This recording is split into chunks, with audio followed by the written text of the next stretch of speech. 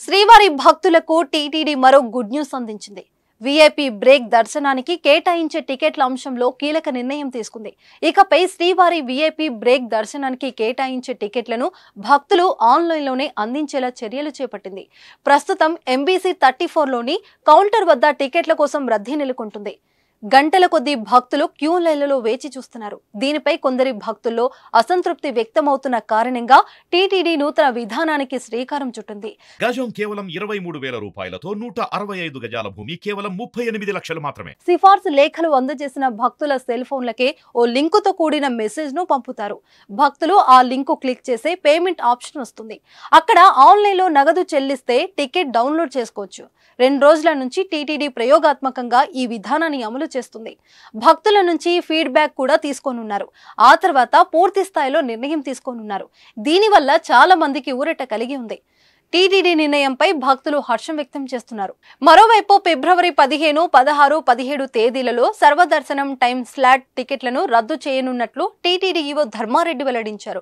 అలాగే రథ సప్తమి రోజు VIP break దర్శనంతో పాటు వయోవృద్ధులు, వికలాంగులు, చంటి పిల్లల తల్లిదండ్రులకు ప్రత్యేక దర్శనాలు ఉండవని, ఆ రోజు ఆర్జిత సేవ రద్దు చేసినట్లు వివరించారు. మరోవైపు ఈ నెల 16న రథ సప్తమి పర్వదినాన్ని ఘనంగా నిర్వహించేందుకు టీటీడీ విస్తృత ఏర్పాట్లు చేస్తుంది. మొదటి రోజు అంటే ఫిబ్రవరి 16న సూర్యప్రభ వాహనంలో శ్రీవారిని ఊరేగిస్తారు. రెండో రోజు చిన్న శేష వాహనం, మూడో రోజు గరుడ వాహనం, 4వ రోజు హనుమంత వాహనం, ఇక 5వ రోజు చక్రస్నానం వంటి సేవలు నిర్వహిస్తారు. 6వ రోజు కల్పవృక్ష వాహన సేవ, చివరిగా 7వ రోజు సర్వభూపాల వాహన సేవలతో మలయప్ప స్వామిని శ్రీదేవి, భూదేవి సమేతంగా ఊరేగిస్తారు. రథ సప్తమి సందర్భంగా భక్తులకు సకల సౌకర్యాలు అందించే విధంగా అధికారులు ప్లాన్ చేస్తున్నారు.